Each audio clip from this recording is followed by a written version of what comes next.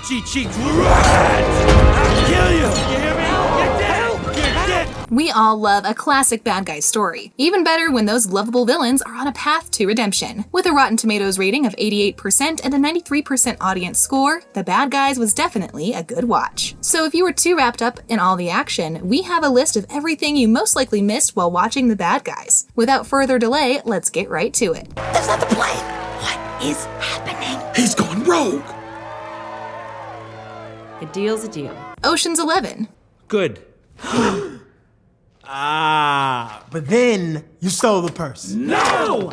We got to give it to The Bad Guys. This film thrilled its viewers from the very beginning up until the end. There was always something happening and there was always a twist at the end of the sequence. It was just that good. So good that you may not have stopped to realize that his film's hallmarks are largely drawn from Steven Soderbergh's Ocean series, some of which are the talk-through of the heist plan and an unexpected double or even triple cross, both of which The Bad Guys adapted and delivered excellently. Diane Foxington, Professor Rupert Marmalade, Snake, almost every character was doing something ulterior to what they were initially letting on. First, it seemed out that Marmalade was only rehabilitating the bad guys just so he could frame them for stealing the meteorite in the future. Then Diane Foxington turns out to be a skilled ninja with the alias Crimson Paw. And then that ending where we find out that Snake hadn't been bad all along and was just rather pretending to be Marmalade's ally just so he could eventually double-cross him. You were most certainly entertained if your head wasn't spinning after all those twists. Aside from this general reference, we singled out the scene where Wolf and the others plan to steal the dolphin statue. Here, Wolf is accused of making things personal because Diane Foxington had made fun of the bad guys at the press conference. This directly mirrors our scene from the Ocean's 11 where Danny's team chastises him for taking the heist a little too personally because they were robbing the guy who is currently dating his ex-girlfriend. What? Professor Marmalade! No. Don't you see what he's doing? He's playing you. Pulp Fiction. I'll teach you to share. I like sharing. It's yummy. The Bad Guys film certainly found its way around the less kid-friendly parts of a typical Tarantino movie, and brought to life a charming cast of characters that go on heists and stuff. A good example is the opening scene where Wolf and Snake engage in a very casual conversation in a diner, just before they leave and carry out the bank heist. This was a really unexpected twist that we loved, but it had us like, wait, where have we seen this before? Even viewers who are not too young to remember might not have noticed that this scene was an adaptation of the 1994 feature film Pulp Fiction. Written and directed by Quentin Tarantino, this movie starts off with Pumpkin and Honey Bunny casually discussing about robbing the diner they were sitting in. We'll hold on to the dolphin until the gala, just to remove any unnecessary temptation. Bad guy movies. You want him?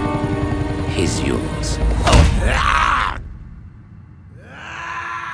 Remember what Wolf said in his opening address? He proudly declares that he has always been the bad guy in every single story. And he's not wrong. From Little Red Riding Hood to The Chicken and the Wolf and the Lamb and the Three Little Pigs. We mean, just to mention a few. This definitely got us thinking. The Wolf is not the only member of the bad guy crew with a bad track record in other movies. Snakes have had their fair share of playing the villain role in films like Snake on a Plane and Anaconda. The sharks from movies like The Shallows, The Meg, and The Deep Blue Sea will leave you terrified to ever go back into the water. Tarantula brings to mind the 1990 horror comedy film Arachnophobia, which showed just how menacing and scary spiders could be. Piranhas aren't left out of the villain list for sure. They even make a headlining villain role in James Cameron's horror film Piranha 2: The Spawning. Oh, you got a little... Ouch. Hey, why did you save us anyway? After the gala, The Setting. don't do it for them. Do it for you.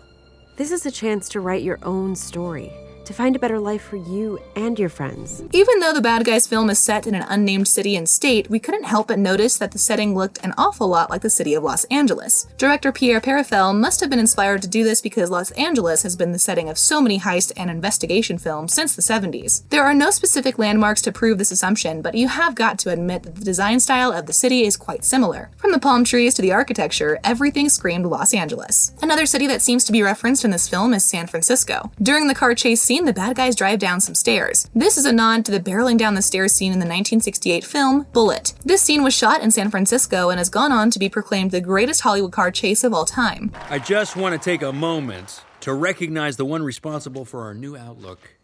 Our brilliant mentor. The Marmalade Clue. It's okay. It's okay. I'm not going to hurt you. I know you're scared. I would be too if I were you.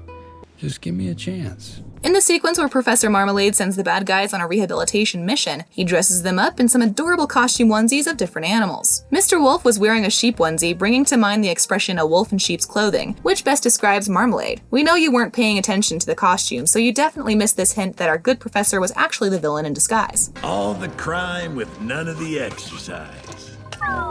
What about all that flower of goodness talk? Mr. Snake. Mr. Shark, Mr. Shark. Is it true sharks can smell blood a mile away? What? No. Ever wondered why Snake seemed to be the last bad guy to turn around for good? The Snake has a bad reputation for wreaking havoc of epic proportions, even since biblical times. The evil nature is so strong that even in the face of change, he is the most reluctant. Eventually, we discover that he has actually been undercover, but this evil nature still comes to play as he uses his dark side to manipulate and double-cross Marmalade in the end. Now, not everyone knows that the Bad Guy film is an adaptation of the comic book series of the same name by Aaron Blybe. As such, tons of secrets and details would go over your head if you had not read the original comics. From the changes made to the hidden references, we have got you covered. Dad? I know you've got an important job, but I hope you still have time for a catch with your old man. Master of Disguise. It is all part of the plan, isn't it? Snake, buddy, who made the plan to begin with? In the film, Mr. Shark is introduced as the Master of Disguise. This is funny because sharks are big and can be spotted from a mile away. However, in the film, we see him disguised as a person, most likely a manager, and stealing something from a bank vault. In another scene, he disguises himself as the Mona Lisa to steal the coveted Mona Lisa painting. So unlikely, but if this isn't the beauty of animation, then we do not know what is. We recognize that this unlikely ability is a detail taken from comic books. In Attack of the Zitans, Shark is stripped of his suit for his dolphin disguise. Another detail about Mr. Shark from the comic books we love is his arachnophobia, which is the fear of spiders. Sadly, this didn't make it into the film, but just imagine the dynamic that would have been between Shark and teammate Miss Tarantula. Speaking of which, would you have guessed that Miss Tarantula is actually a guy in the comic books? I just wanted to congratulate the governor here. I gotta say, you really got us pegged. We're just a deep well of anger. Mr. Marmalade. I do not run. That is not how I roll. Run, don't do anything crazy. Yes, we know Professor Marmalade is the villain, but he is still one of our favorite characters in this film. We mean, who doesn't love an adorably criminal mastermind? Now, if you have not read the comic books, then you must have wondered why Professor Marmalade is the only guinea pig who appears to be an intelligent equivalent to humans, as opposed to the other guinea pigs who are more like brainless animals that serve as just cute pets. Well, according to the comic books, the naughty Professor Marmalade has a secret double identity. He is actually an alien that came from outer space, and his name is, well, we can't pronounce that, but if you are so curious, you can Google Marmalade's alien name and you will definitely have a laugh. Now that you know that Marmalade is an alien prince from an unknown planet, we are sure that his interest and knowledge of the meteorite makes no sense. Nope, I'm still the best. Just like riding a stolen bicycle. Agent Fox.